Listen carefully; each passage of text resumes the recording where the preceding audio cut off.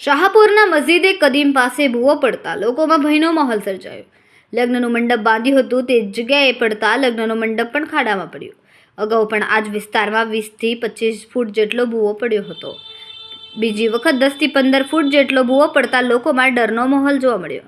વારંવાર કોલ કરવા છતાં પણ સુરત મહાનગરપાલિકા મદદે ન આવતા લોકોમાં આક્રોશ જોવા મળ્યો. ભૂવો પડતા નીચે મેટ્રોની ટનલ સામે આવી સ્થાનિક લોકોએ ગંભીર આક્ષેપ કર્યા. ગેસ કંપનીના કર્મચારીઓ પણ મોડા પહોંચવાના આક્ષેપો કરાયા. મારું નામ છે મોહમ્મદ ફારૂક મોહમ્મદ અશરફ ચાંદીવાલા. શું ઘટના બની છે ને કઈ જગ્યા પર? આ ઘટના બની છે શાહપુરમાં છે, માછલીપીટની પાછળ મસ્જિદે કદીમની ગલીમાં પડે છે આ ગલી.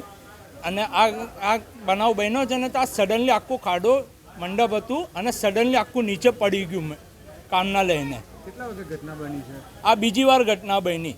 કેટલા વાગે ઘટના બની છે? આ ઘટના બની હમણાં 1 કલાક પહેલાં જ, એટલે એપ્રોક્સ સમજી લો કે 7:30ની આજુબાજુ, 7-7:30ની વચ્ચે આ ઘટના બની છે ને સડનલી આખું નીચે પડ્યું, આખું ભાગ જ નીચે પડ્યું. એને કેટલા ફૂટ ખાડો પડ્યો?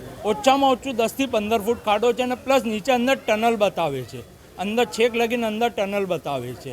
એના પહેલાં બી સેમ ઘટના આ જ રોડ પર આગળ બની ચૂકી છે. ત્યારે એ લોકોએ ખાલી કોન્ક્રીટ નાખીને બંધ કરી દીધેલું. એની આગળની પ્રોસેસિંગ એ લોકોએ કીધી હતી કરવાની, પણ હજુ લગીન કરી નહીં હતી ને આ પાછી બીજી વાર થયું છે.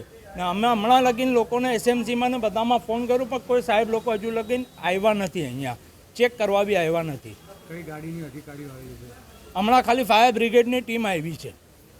ગુજરાત ગેસની બી ગાડી કે આવી? ગુજરાત ગેસની ગાડી આવી છે અને ફાયર બ્રિગેડની ગાડી આવી છે. બીજા કોઈ એસએમસીના કે કોઈ અધિકારી હજુ આવ્યા નથી. ફોન પર બી એ લોકો વાત કરે છે કે અમને આવતા હજુ બી 1-2 કલાક જેવું લાગશે.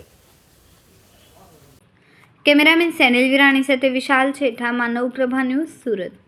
અમારા વિડીયોની નવી અપડેટ મેળવવા માટે સબસ્ક્રાઇબ કરો માનવ પ્રભા ન્યૂઝ ચેનલને.